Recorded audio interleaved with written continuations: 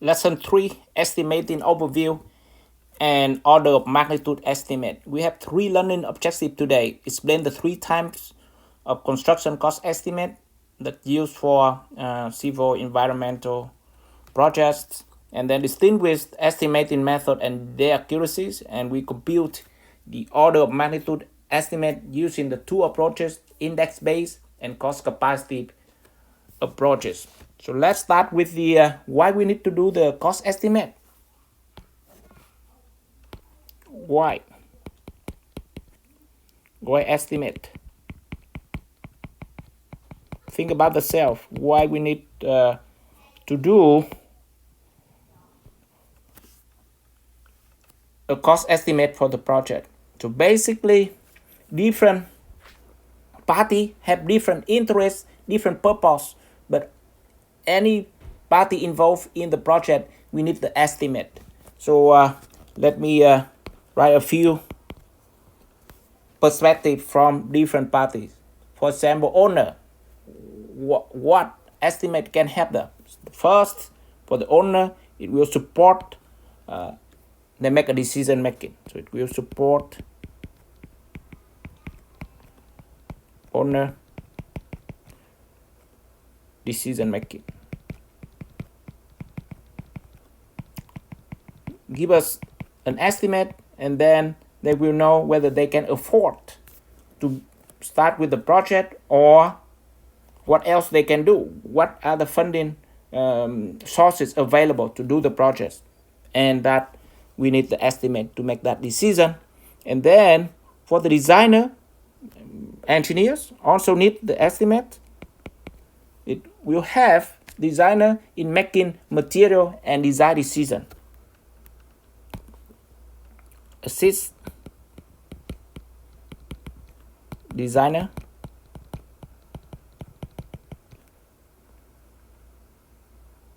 in making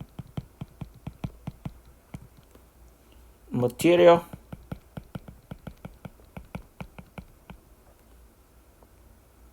and design decision.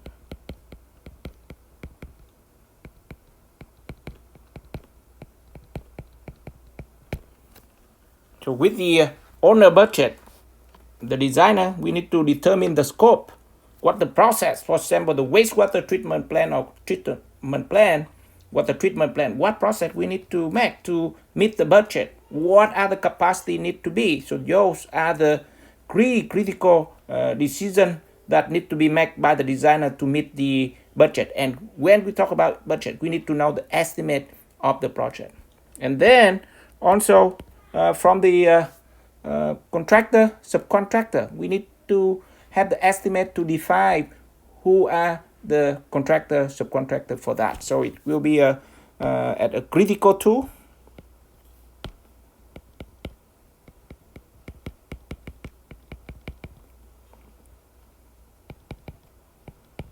to define general contractor and subcontractor price. To define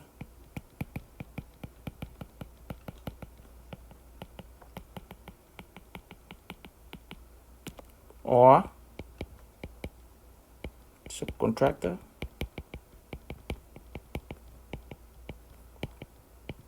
so basically everyone involved in the project need the estimate, and that we spend significant time this week and next week to do and learn how to make a cost estimate for the project.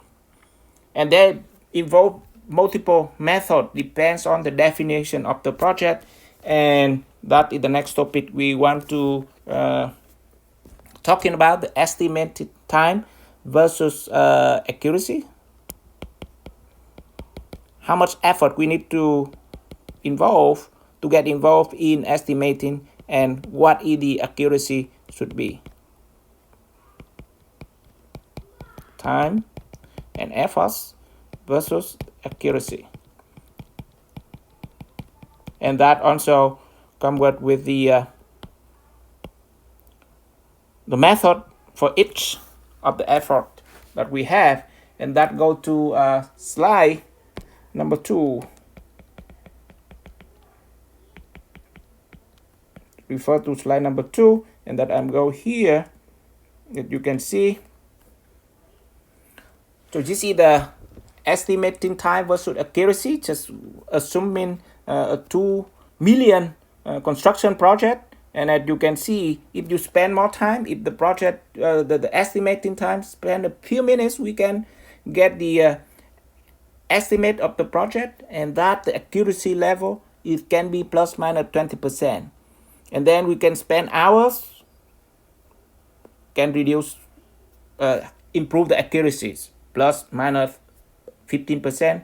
And then with take a few days to estimate with the more project information and definition, it can, the accuracy level, it will be increasing until we have take weeks or even months to do the estimate. It can range somewhere from the true cost plus minus 5%. So that the more time, more effort we get involved, the more accuracy we get for the estimate. And with the different time, effort involved, and the level of definition of project, there are different methods to use for the estimate. In this slide here, you see the method we're talking about: order of magnitude estimate, square foot and cubic foot, assembly or system estimate, and unit cost estimate. We will cover these 4 methods in this week and next week. But for today, we focus on the first one, order of magnitude. The next lesson, we will work on the next 2 methods, square foot and assembly or system estimate. And then the next following week, we do the unit cost estimate. Keep that in mind. So let's go back to here. You have that one. And then different methods have different purposes, and we also have different time of estimate for different phases. And that's what we want to discuss next. The next one is time of construction cost estimate, and that in the textbook discussed very well, and then I will follow that one in this case so that you can refer to the books. Time of construction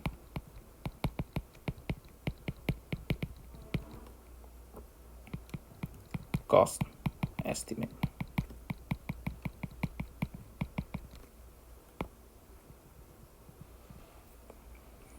So for the time of construction, in the book, if you read, there is chapter 5, there's 3 major time of estimate. If you read there, spend there, let me write down here. The first one is the design estimate. The first in the book say, first time, general design estimate. The second one in the books, the major one, it will be the bid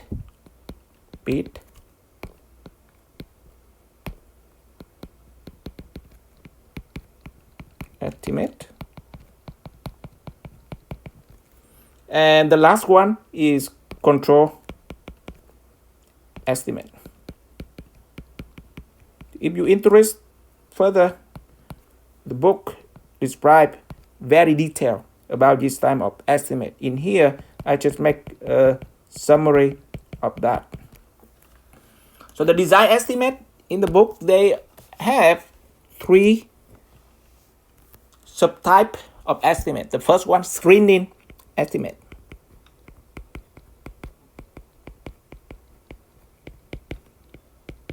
So this involves a very early state of the design, when we only have conceptual ideas of what the project look like. For example, the water treatment plant, how many people, resident or household we serve, to make a roof screening estimate for the project. And then we come up to do the preliminary design, and then the next step to make estimate is we do the preliminary estimate when we already have some preliminary engineering design for the project.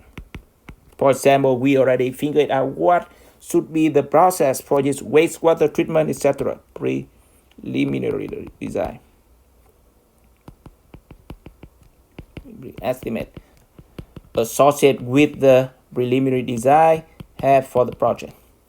And then when we meet that checkpoint, talk to clients, the scope good, the project estimate the cost meet the owner expectation and budget, we can go ahead to do the detail design. And with the detail design, the engineer, the designer will do the engineer's estimate. Basically, it's about to have a clear definition of the scope of work of the project. We already finalized what the process should be, what is the capacity of that wastewater treatment plant, what is the capacity of water treatment plant, what is the capacity of that building, things like that already determined, the detailed engineering design already determined. Then we have the engineer estimate.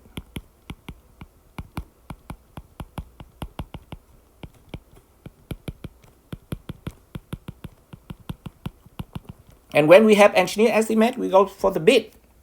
Contractor submit the bid based on the engineer and design, and then we have that estimate. And again, go back to here for the Y estimate. We define the general contractor based on their estimate and the engineer estimate and the project scope. And then the control estimate, they also have 3 subtype of control estimate. In the book, chapter 5, they also talk about that in detail. The first one, the budget estimate for financing. Budget.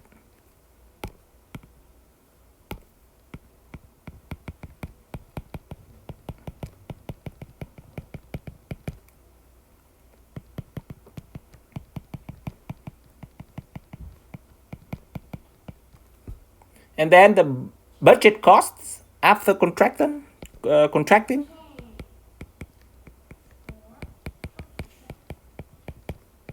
After contracting. All the term here are available in chapter 5 of your textbook. Estimated cost to completion.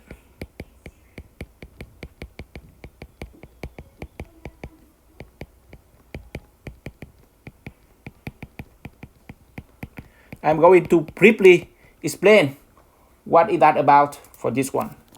So the control estimate, basically when the project already define who or select who are the contractors, then the contractor can do, or the owner can do, the budget estimate for financings. For the owner, long-term finance with that contract side with contractor, what should be the money I will spend by own funding, and where else the money I should put for the financing, borrow money, mortgage, etc. At the contractor, financing in this case, short-term finance to provide for during the construction of the work for the project. So that is called budget estimate for financing. But the second one, budget cost after contracting. So when you sign the contract, we with the owner, the contractor have a budget after signing, and to allocate with that amount of contract, what are the costs to allocate for this time portion of project. For example, processing unit of this wastewater treatment plant, what is for the civil work, structure work, etc. Who are the contractor, what are the subcontracts should be. So that is the budget after contracting. And then during the progress of construction, they have an estimated cost to completion. For example, after the project in progress 6 months, I want to know how much the project will finally cost given the information I know so far for the project. So we need to estimate to completion, so we have a more proactive and reactive response to adjust the project cost accordingly. So those are the concepts. In the next video, we will talk about the very first method of today class, and that why I'm emphasize the first order of magnitude estimate.